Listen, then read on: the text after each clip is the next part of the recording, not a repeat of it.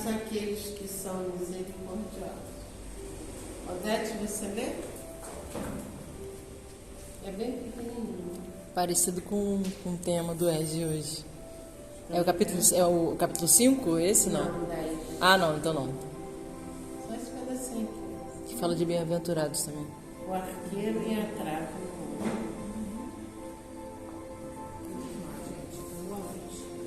Boa noite.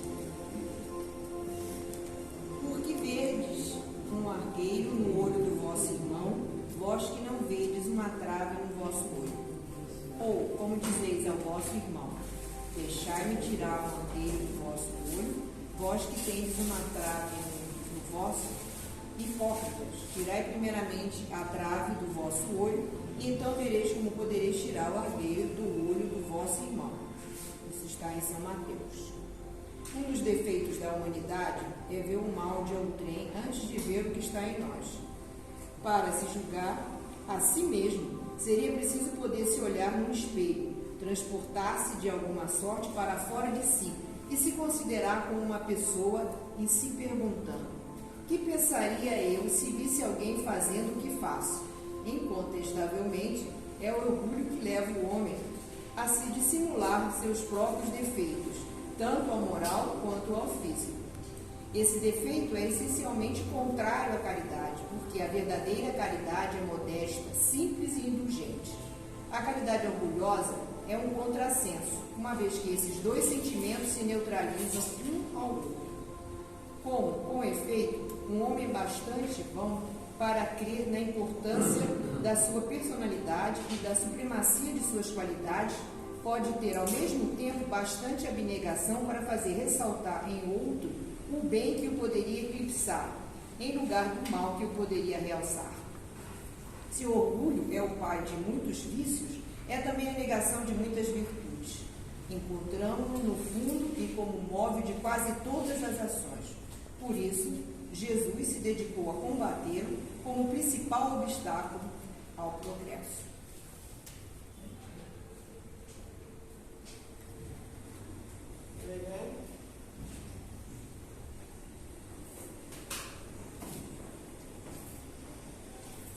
Antes do Olegário falar, tem alguns papeizinhos aqui que colocaram vários nomes no mesmo papel. Tá? Às quintas-feiras é um nome por papel. Tá? Não pode colocar, por exemplo, a família, o pai, a mãe e o filho. Não. Tem que colocar um em cada papelzinho. E a outra coisa é que no dia 6 de outubro, Rodrigo e Léo, né?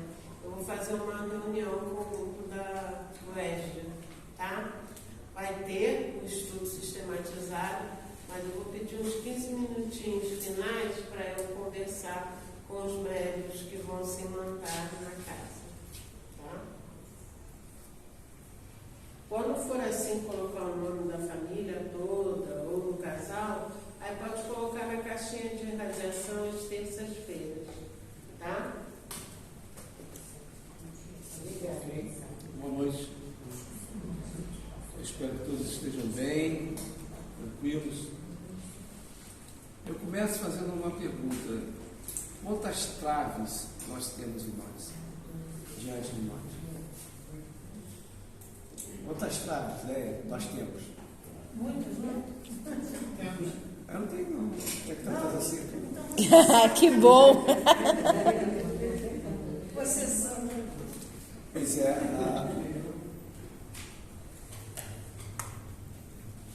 E aqui está o capítulo: bem-aventurados que são misericordiosos. Porque nós temos um vício de ver sempre defeito nos outros. Né? E nós, à medida que nós traçamos para os outros, sempre é no nosso olhar como se fosse superior, nos achando superior. Né?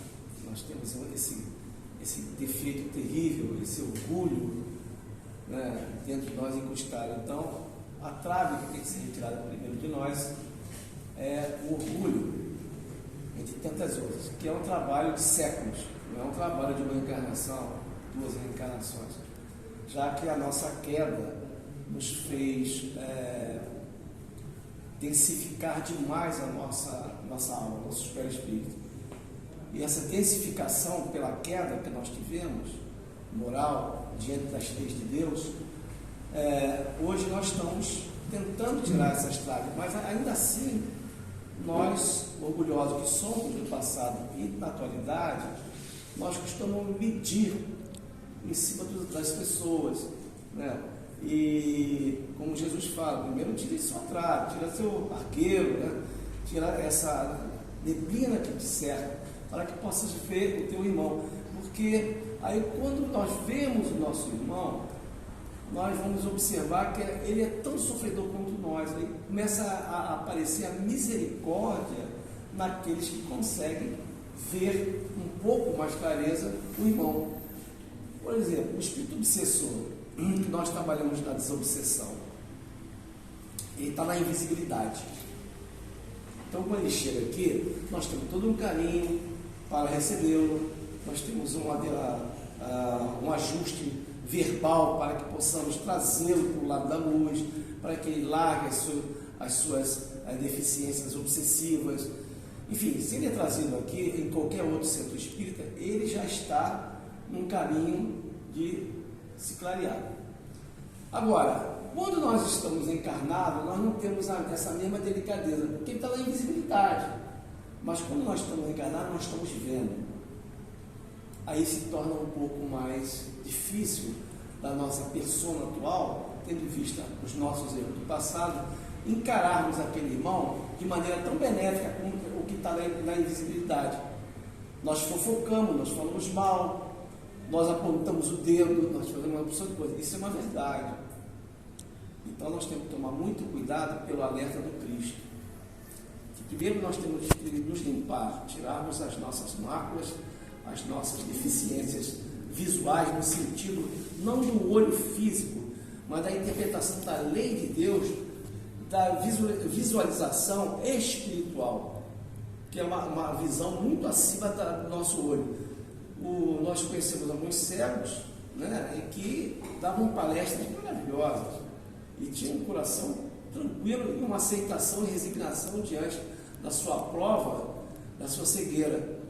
Ora, ele já tem um arqueiro direto nele, já está completamente dublado nessa reencarnação, mas a sua alma vibra de tanta maneira na aceitação e que ele é capaz de superar com muita facilidade e se pautar num plano de muita humildade. Está certo, está sob o escudo da cegueira. Como falava o doutor Zé Mariano, quando nós estamos com o escudo da doença, nós ficamos mais dóceis, mais tranquilos.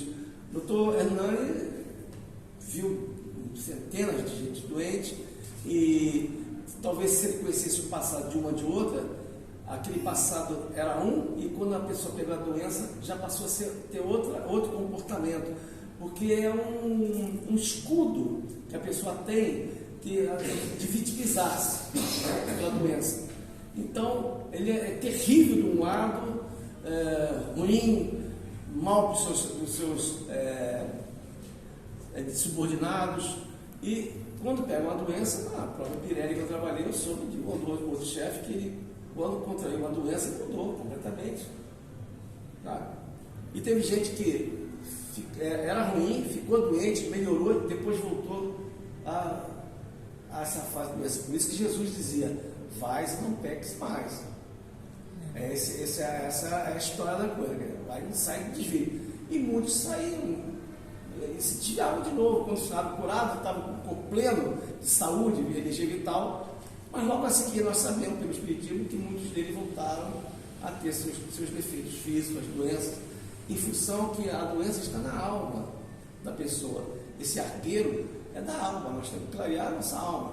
E ele pede para a gente tomar cuidado, para a gente não ir julgar determinadas pessoas em função dessa posição que você se acha momentaneamente seguro de uma saúde plena, de uma posição monetária, e etc, etc. Então, a orientação do Cristo é muito séria. A misericórdia nossa está em a gente ver o irmão doente, ainda que ele tenha sido mal, perverso. Eu estava lendo agora Ramatiz, com relação às guerras, né? A pessoa pergunta a Rematice sobre o flagelo daqueles que causam a guerra. Esses estão totalmente dentro de uma cortina embaçada. Então ele explica que não é só, por exemplo, Hitler, não foi só Hitler que fez a guerra. Iniciou a guerra. Ali há um conjunto de situações, de pessoas insuflando interesses de dinheiro, interesses de poder, interesses de tomar território. Há todo um conjunto de pessoas em volta insuflando as coisas. E a lei divina distribui a sua justiça para todos. Os excessos de um lado e do outro lado atacado, que por vingança, sabe, é um flagelo terrível e cego. Ali é um argueiro total das situações. A guerra é um flagelo moral do mundo. Enquanto nós estivermos no plano de provas e expiações, um dos flagelos, entre tantos outros que existem em relação às doenças, vírus que vêm sazonais, etc. e tal, tem-se um dos piores vírus, que é, sabe, esse orgulho ferido, essa vaidade de mostrar poder em relação aos outros, e acaba gerando um conflito que pode se estender a nível mundial. Os Estados Unidos necessariamente não entraram no início da guerra, da Segunda Grande Guerra. O que foi fazer o Japão para bombardear os Estados Unidos? E a Itália, o Mussolini?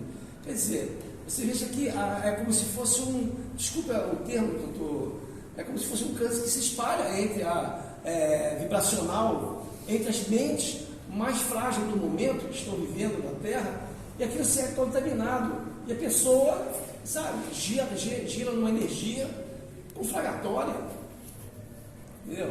É uma coisa terrível. Então, o que o Cristo, com a sua misericórdia, disse para nós? Nós temos que ter paciência, nós temos que ter, não julgar o outro, ver o argueiro do outro. Sim, a gente vê, é fácil ver. É fácil ver um bandido, é fácil ver a intenção de uma pessoa no bloco de trabalho, a subjetividade de algumas pessoas se aproximando de você com algum tipo de interesse, só se você for muito bobo. Não perceber isso. Às vezes a gente é bobo, porque a gente não tem, às vezes, muita malícia, né? Por falta de malícia, como diz no Antigo Testamento, os mal tomam conta, por falta de entendimento das coisas. Os mal acabam tomando conhecimento. É o que nós vemos no mundo há muito tempo, até nos dias de hoje. Então, a observação de hoje é que temos que ser misericordiosos, sim. Vemos o argueiro, mas não vamos disseminar aquela coisa. Você é isso, você é aquilo, você é um palha. Não, vamos ser humildes. Chico Xavier era o nosso paradigma, claro, o grande paradigma é Jesus. Mas as pessoas que conviveram com Chico Xavier, Dr. Olímpio foi uma delas, Dr. Olímpio Mendonça, falecido recentemente, ele comentava conosco que ele nunca viu o Chico Xavier falar mal de ninguém, fazer algum comentário depreciativo de alguma pessoa. É uma energia que ele não propalava adiante, retinha dentro dele, mesmo ele sabendo, ele vendo aquela pessoa criminosa ali na frente dele, querendo enganá-lo, mas ele não falava nada, respeitava a pessoa.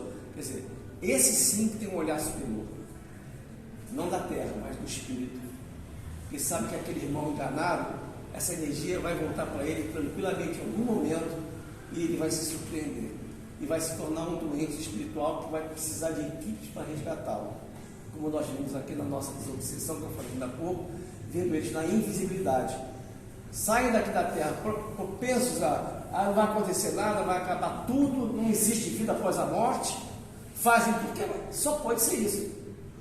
Nós espíritas temos a consciência da vida após a morte. É claro que isso aí é um crescente na nossa fé, nas nossas esperanças, nos nossos estudos, nas nossas conclusões. Mas eu não vi nenhum espírito. Eu também não vejo o magnetismo, no entanto, ele existe. A gente botar lá o imã lá, que força é essa? É invisível, mas ele existe.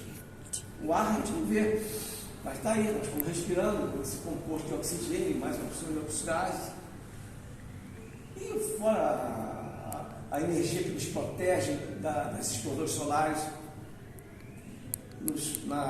as forças iônicas que protegem toda a Terra, né? Invisíveis, estão lá, nos defendendo. Então, por que nós não vamos também ter a compreensão e entender, sabe, essa espiritualidade que está despertando em nós? Se ela for lógica dentro de nós temos que agir dentro desse preceito. Não vamos ver o argumento do cara, da pessoa lá, mas nós vamos respeitar. Não vamos ensinar essa energia para que isso possa me prejudicar no meu caminho. Poxa, cara, você está vindo tão bem, estudando, levando cestas básicas, mas você gostava de espeziar de vez em quando as pessoas, você gostava de apertar uns parafusos que não era para você apertar. Entendeu? Então, é essa observação. A misericórdia é um estado assim de amor superlativo. Nós estamos longe dessa misericórdia, em compreender a dor dos outros. É compreender a dor dos outros e respeitá-la até daquele que é mau. Até daquele que é ruim, que nós sabemos que quando ele for para o plano espiritual, muitos deles voltam depois e quando são resgatados e trazem uma mesa de desobsessão ou de tratamento espiritual, que é a mesma coisa, ou eles vêm do nosso ambiente, né? Às vezes eles aparecem no nosso ambiente, a gente percebe às vezes o espírito do nosso ambiente, que estão sendo tratados, aqui mesmo nesse salão aqui, nós cansamos de observar, eu não vejo, tem clarividência, mas tem outros que têm, nem marcas aqui. E esse ambiente é mais largo, maior, né? Então são trazidos em função da oração, da repetição, sabe, do bem que nós propalamos aqui. Pelo menos a nossa atividade é no sentido do bem, com Jesus. Os trabalhos que são feitos ali, das águas, sabe, das orações repetitivas. Então isso aqui cria um clima magnético espetacular, como em qualquer casa espírita, qualquer igreja, que haja amor, que haja transferência de energia entre as pessoas que ali ocupam, principalmente aqueles que trabalham naquela casa. Isso cria realmente um aspecto, por isso que nós rezamos o Evangelho do lar na nossa casa, como nos pede, para que nós possamos fortalecer nossas paredes, sabe, espirituais, para que aqueles nossos irmãozinhos não venham nos perturbar do sono, não venham nos dar intuições erradas dentro da nossa casa. E assim mesmo, às vezes, nós abrimos brechas. Eu tenho em alguns livros mostrando as brechas que, mesmo espírita, mesmo estudiosos, nós abrimos. Mas Chico Xavier não abria. Porque ele era incapaz de falar um milímetro de alguma pessoa no sentido mal, no sentido da palavra ruim. Falar assim, nós ainda falamos. Inclusive agora, atualmente, com essa política aí misturada que está tendo aí, então, famílias sendo separadas, amigos tendo problemas, porque a gente só vê o arqueiro dos outros, a gente não vê o nosso próprio arqueiro. E acaba a gente achando que eu estou certo e ele está errado. Você pode até estar certo, mas seja humilde e cala a boca. Eu lá no trabalho agora, quando começa a se eu faço um comentário, as pessoas elevam a voz, eu nem respondo viro.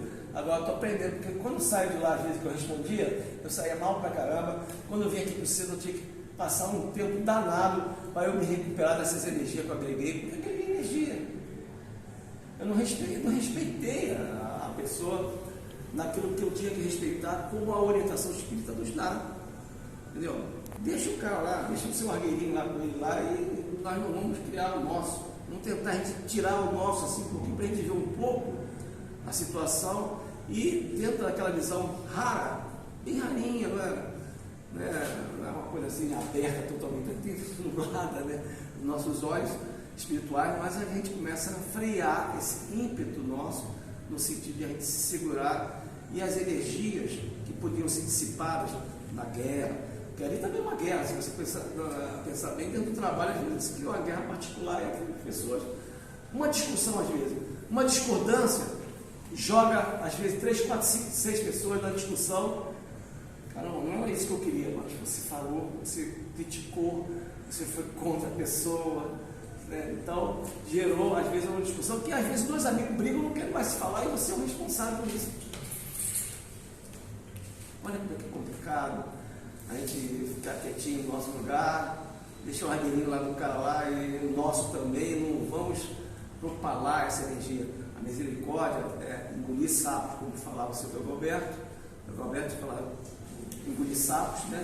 Ou como fala Chico Xavier, botar água santa na boca, né?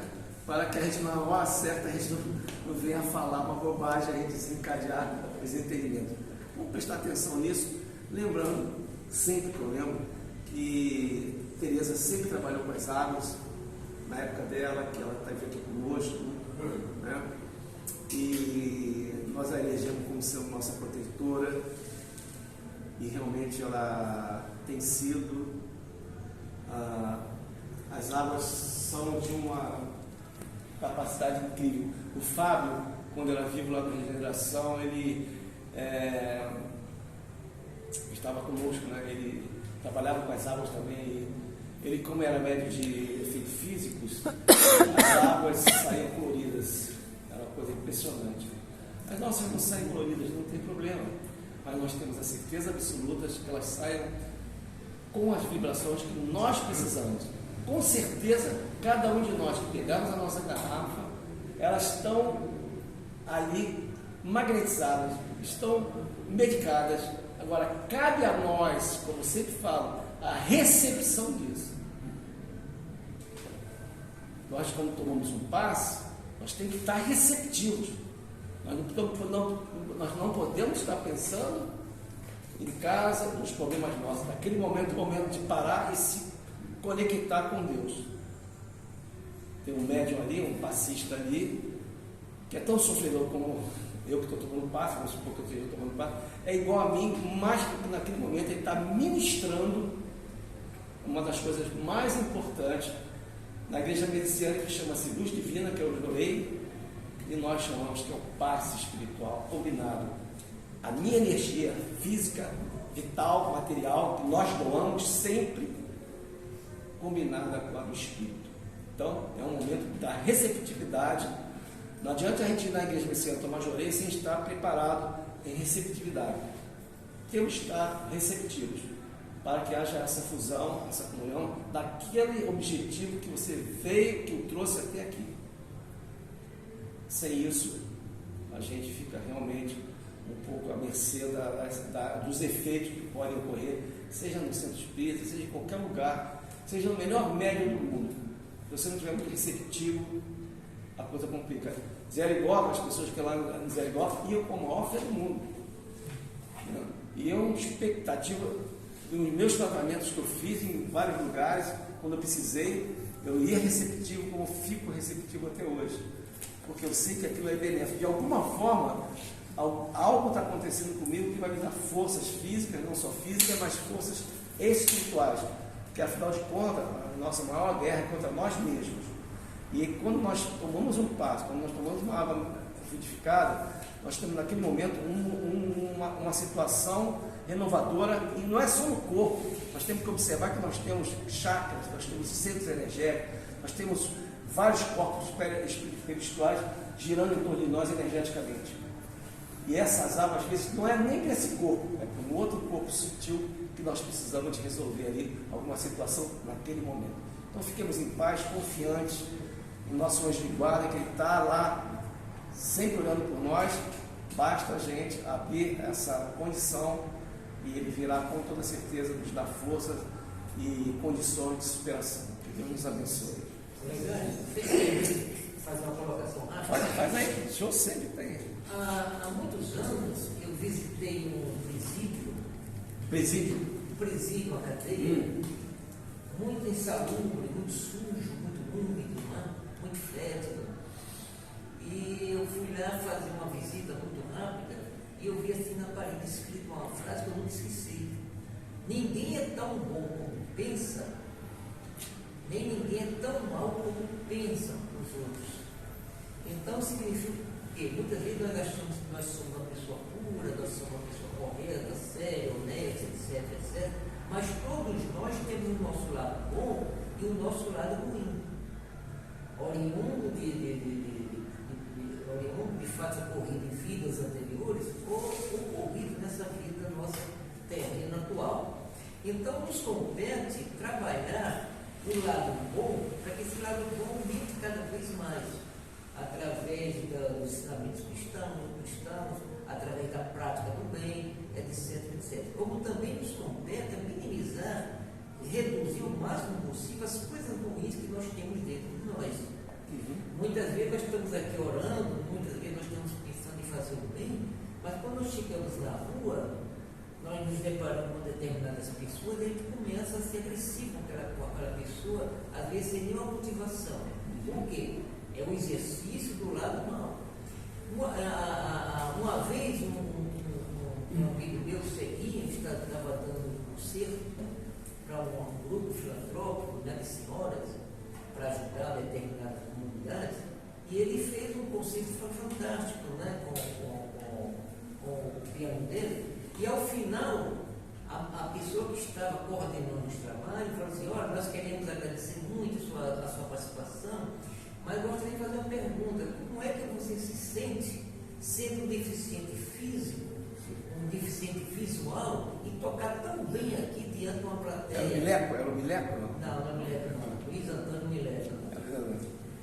Então, logo em seguida, ele perguntou, ele se perdeu a calma, perguntou: minha senhora, quantas pessoas estão aqui na plateia?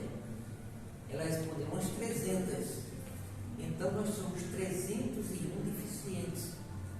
Eu sou físico, sou visual, mas a maioria daqui tem deficiência espiritual, deficiência moral, deficiência intelectual, deficiência da prática do bem e dos ensinamentos cristãos. Então não existe ninguém perfeito, né? Então aquela história, trave do olho, né? Então a gente pensa que nós somos bons, mas nós não somos totalmente bons.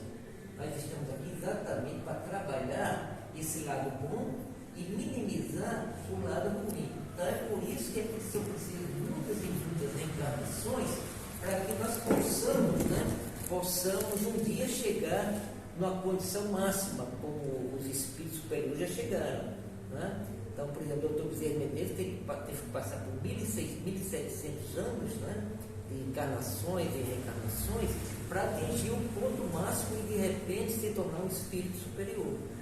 Mas esse espírito que final foi o Dr. Bezerra Menezes, ele era um espírito bom no começo? Não, ele tinha as coisas boas e tinha as coisas ruins. Então foram precisos muitos anos para que ele se purificasse, né? Todos nós aqui, nós somos uma poça de lama. Essa poça de lama tem que subir aos céus, tem que se transformar em nuvem e voltar como uma chuva límpida. A mesma coisa acontece com o nosso espírito. Nosso espírito tem que ir e vir várias vezes até atingir o ponto final. Então, por isso que nós temos muitas vezes ódio de outras pessoas, né? Quando nós deveríamos, na realidade, ter compaixão daquela pessoa. Por exemplo, essa guerra que está tendo agora da Rússia contra a Ucrânia, que é um absurdo, todos nós, a maioria de nós, pensa que tomara que esse Putin sofra um atentado e morra para essa guerra acabar, etc, etc. Nós sempre pensamos no lado mal. Se toda a humanidade orasse e rezasse para que o Putin mudasse de opinião, seria muito mais importante do que todo esse trabalho de agressividade que nós estamos fazendo contra ele. Porque na realidade é aquela história: você pagar uma agressão com agressão é a mesma coisa que você banhar-se com lama. Então, na realidade, o que nós temos que colocar é o seguinte: no caso do Putin, ele é um irmão nosso. Por quê? Porque ele é um filho de Deus que está aqui na Terra. Só que ele está no caminho errado, no caminho da maldade. Então nós teríamos que orar por ele para que de repente uma centelha luminosa fizesse com que ele mudasse o comportamento dele. E isso é possível, né? Isso é possível. Tudo na vida é possível. Às vezes a pessoa pode receber uma chuva de preces intercessórias que pode mudar o pensamento dele. Como a gente já viu muitas vezes, por exemplo, um assassino, um estuprador, um ladrão mudar, passar para o lado do bem. Esse exilado de capela. Né? Isso nós temos. Então, só para encerrar, o Luiz Antônio Mileco é uma figura foi muito meu amigo, né? Ele era cego, né? E era uma das pessoas mais bem-humoradas que eu conhecia, né? Então, mais bem-humorado que eu. Tocava violão melhor que eu. E ele contava umas piadas envolvendo a cegueira dele, entendeu? Que era muito, muito engraçada. E eu assisti algumas. Teve uma vez que teve aqui uma peça Além da Vida, que ficou muitos anos em cartaz nos teatros. E eu fui ver um dia essa peça. E quando eu estou saindo, eu ouço uma voz. Doutor Hernani, que alguém falou para ele que eu estava ali. Eu disse, oi, Mileco, você está aqui, Mileco? Eu fiz uma pergunta para ele, meio estúpida, né? Mileco, você veio ver a peça? Né? Você veio ver a peça? Aí ele riu para mim. Doutor Hernani, eu vim ver a peça mesmo. E ao mesmo tempo, um grupo de uns 10 ceguinhos que estavam com ele, me nós também viemos ver a peça. Que horror. Então foi uma lição que ele nos mostrou o seguinte: apesar da cegueira, ele conseguia ver aquela peça de outras formas, né? Os outros sentidos deles permitiam que ele sentisse a prece totalmente, né? Por exemplo, eu estava agora na semana passada na Itália e eu vi que na Torre de Pisa tem um ceguinho. Aí eu falei, o que esse ceguinho veio aqui fazer aqui, né? Aí você sabe que ele estava com um amigo dele, parece que até um irmão dele, segurado pelo braço. Olha, eu estou vendo aqui uma torre branca inclinada com isso. Aí eu segui, poxa, que bom, eu estou muito satisfeito, continue falando. Quer dizer, ele não via com os olhos, mas ele via aquilo tudo com a mente. E a alegria dele, né? Quer dizer, uma pessoa tivesse o lado bom mais acentuado, ia dizer, pô, que porcaria, né? Todo mundo vendo, eu não consigo ver. Mas ele estava super feliz porque estava vendo através da enunciação do amigo e irmão dele, que passava tudo para ele e ele via aquele negócio. Então é por isso que às vezes Deus nos permite isso, né? Nós podemos enxergar por olhos que não existem, ouvir por ouvidos que não existem, né? Sentir por mãos que não existem. Por quê? Porque nós todos somos filhos de Deus. Então nós temos isso, exercitar o nosso lado bom. O nosso lado bom. Tipo assim, você está andando na rua, dá uma topada, ao invés de você reclamar porque cortou o dedo, você tem que agradecer. Graças a Deus eu não quebrei o pé, apenas cortei o dedo. Então isso é que é você ter uma coisa que eu chamo sempre, né? Resignação. Você tem que se resignar com as determinadas coisas que a vida terrena atual lhe oferece. Muito bom. Valeu. Obrigada. Obrigada. Realmente, né? Nós somos espíritos ainda inferiores, né? Estamos engatinhando nessa jornada tão longa, mas nós que estamos aqui, né, estudando a doutrina, temos muito que aprender, com certeza, nós também podemos observar que tudo no universo é energia, né? E que a energia daquele nosso irmão que ainda não consegue ter um pouquinho mais de clareza nas suas atitudes, na sua moral, né? E que nós percebemos isso, que há uma energia, porque você identifica a dificuldade do seu irmão, né? E essa questão moral é uma questão muito difícil da gente lidar, né? Porque sempre que nos sentimos agredidos, né, ofendidos, a nossa energia, em primeiro lugar, é aquela energia do choque, porque ela é necessária para ver a transformação, né? Então, aquele que já percebe, poxa, nós percebemos quando uma pessoa tem uma afinidade que gosta da gente, é tão simples, né? Quando há aquela energia, aquela troca, poxa, que a gente fala muito, né? Fulano foi com a minha cara. Eu fui com a cara de fulano. Gostei tanto de fulano, mas eu não vi pela primeira vez. Parece que eu já conheço. Certo, que realmente conhece, né? De outras vidas. E a gente consegue perceber essa energia, né? Então, que tenhamos a capacidade, né? Através do estudo, né? Através do nosso aprendizado no dia a dia, colocando em exercício, né? Fulano tem dificuldade de lidar com determinadas situações, né? A gente vê, tudo que é ruim, nós temos que tirar no lado. Por quê? A misericórdia divina é para todos os seres, né? A colocação do legado perfeito, o doutor Hernani também, né, acentuou as guerras, né? A oração é sempre muito importante, mas há uma lei maior, né? Uma lei maior que, por alguma razão, isso está acontecendo, né? A gente não vai também ser um carrasco, nem um defensor de nada, porque nós não viemos aqui para isso.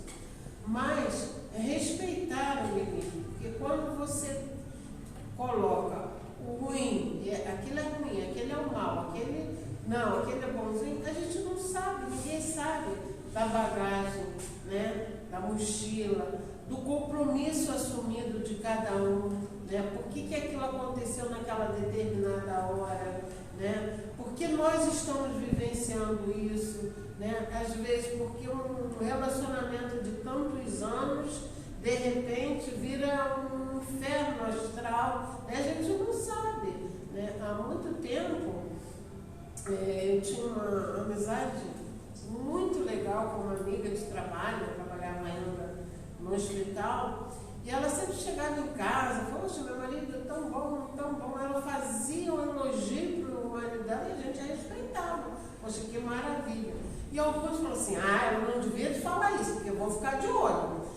Quem é que não quer um marido assim? Né? O ser humano é assim, né? E na verdade ela comia o pão que misericórdia na vida dela com esse relacionamento.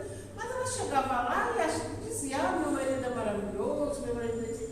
Então, ela mudava aquela energia ali, porque aquelas pessoas, né, do jeito que ela falava, elas ficavam entusiasmadas. Poxa, que maravilha, uns elogiavam, outros ficavam com inveja, não importa. Mas o que ela tentava passar, que doía nela, era uma alegria.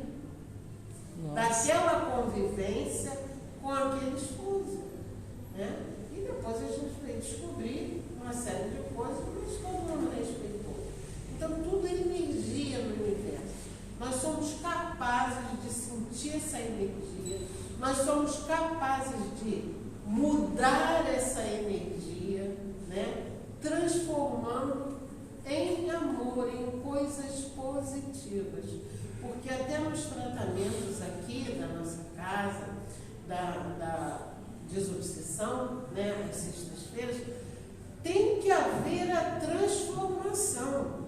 O espírito que vem para esse tratamento é porque ele passou por uma série de etapas no plano espiritual para ter o merecimento.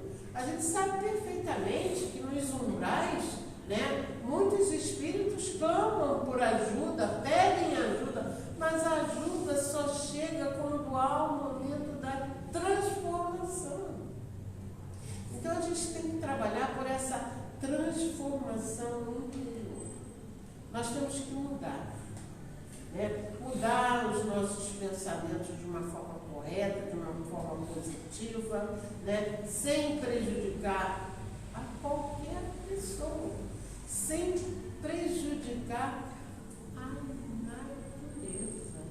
Aquela pedrinha que a gente tropeçou, ela não é racional, nós somos. Se você tropeçou naquela pedrinha, você não estava prestando atenção, porque estava com pressa, mas ela estava ali, né? Então a gente tem que mudar a nossa forma de agir e de pensar para que possamos, né, nessa roda de encarnar, desencarnar, porque do outro lado da vida nós também frequentamos escolas. É nos dada a oportunidade do crescimento e o livre-arbítrio para todos, né? Então, reclamar da doença, da dificuldade, culpar o outro por aquilo, é gastar energia que a gente vai ter que devolver para o universo. Pensem nisso. O Alberto já levantou o dedinho. Não,